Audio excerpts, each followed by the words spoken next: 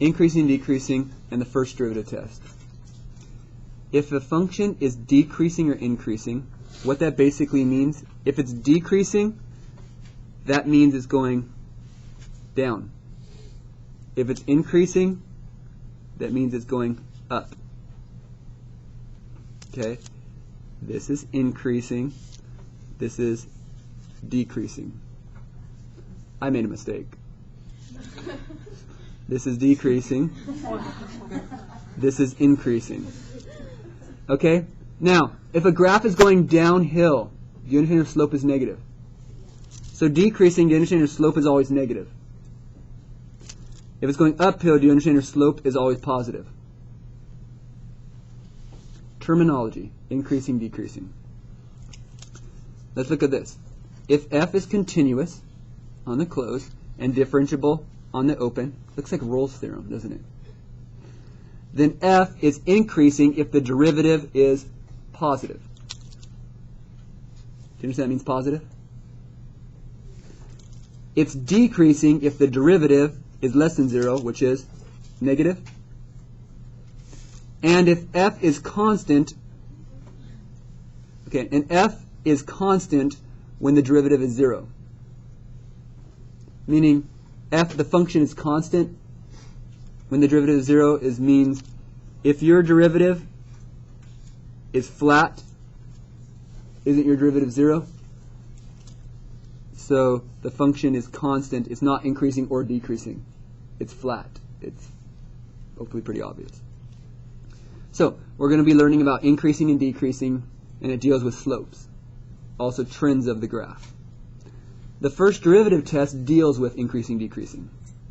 And here's how it leads, what it leads into and stuff. The first derivative test.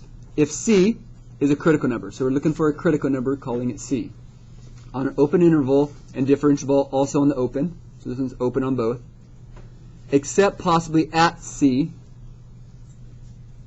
okay, which we'll talk about, then f of c is a relative minimum if the derivative changes from positive to negative. Meaning, you understand this right here is a minimum. Sorry, do you understand that's a minimum?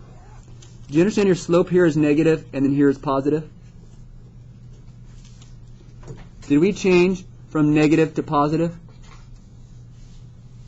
So if we have a critical number, aren't critical numbers hills and valleys? And at critical numbers, if the slope changes from negative to positive, doesn't that mean that critical number is a minimum? Second part, a relative max. Doesn't a relative max look something like that? And what do you notice about relative max? The derivative changes from positive to negative. The slopes go from uphill to downhill.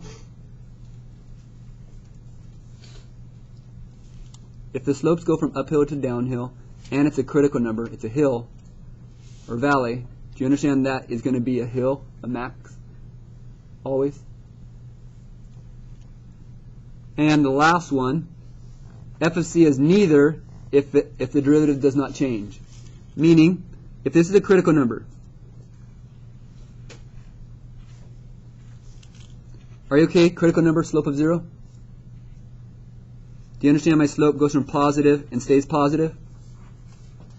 Correct? If my slopes stay the same and my slope is 0 at that critical number, do you understand that's neither a max nor a min? So what is the first derivative test? It's a test using first derivatives, slopes, to tell if a critical number is a max or a min, or neither. It tells you if it's a max, a min, or neither.